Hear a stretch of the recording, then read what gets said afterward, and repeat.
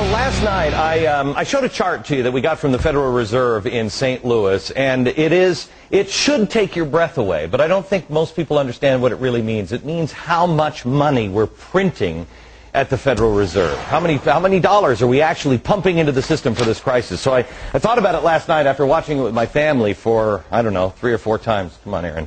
And I watched it with my family, and they said, Dad, I don't even know what that means. What does that mean? So I thought, there's another way that I could show this to you. There's another way that, at least Al Gore did it with a slideshow. Now everybody thinks that that's true. So why don't we show you some true stuff on the slideshow? And actually, because, you know, we're a 5 o'clock show, we're cheap. We had to go borrow Sean Hannity's set, so we're going into Sean's. Shh, we'll be very, very quiet. We'll come in here, and this is a chart that I tried to show you last night, but I wanted to blow it up a little bit. This is billions of dollars. This is how much money do we print and have in the system at any given time. Let me start at 1929. Show me here we go. 1929, here's the stock market crash, all right? Now, if you see, we were on the gold standard, so we couldn't print much more money. We had the stock market crash, but we didn't do all of the stuff that we're doing now, just printing money. Go ahead, step to the next thing. Then we go up to 1941. That's the Great Depression. Still haven't pumped a lot of money into the system because, again, on the gold standard. Then we have World War II, and we'll take this all the way to 1965. You'll see it comes up. We had 2 wars. We had World War II, and we also had the Korean War. In 1965, we were having the Vietnam War. But here's where it gets sticky, because we had all these wars, and we tried to dogpile on with the Great Society. Well, how are we going to pay for all that? Well, in 1971, Richard Nixon says, why don't we get rid of the gold standard? So that way, we can just print whatever we want. But we promise the rest of the world, oh, no.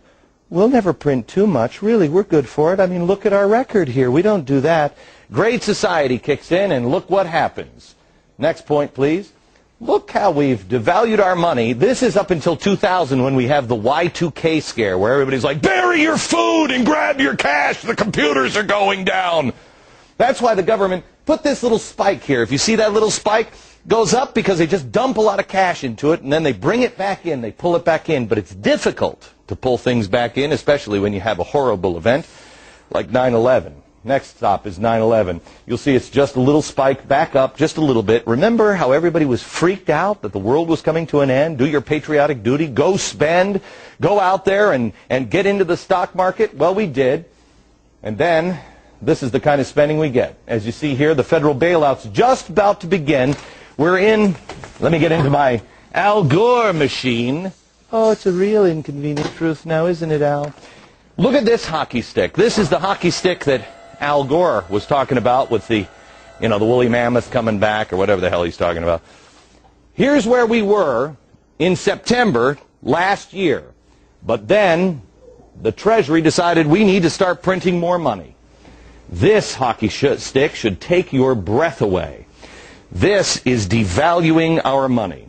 You know, Al Gore said, global warming is not a political issue, it's a moral one.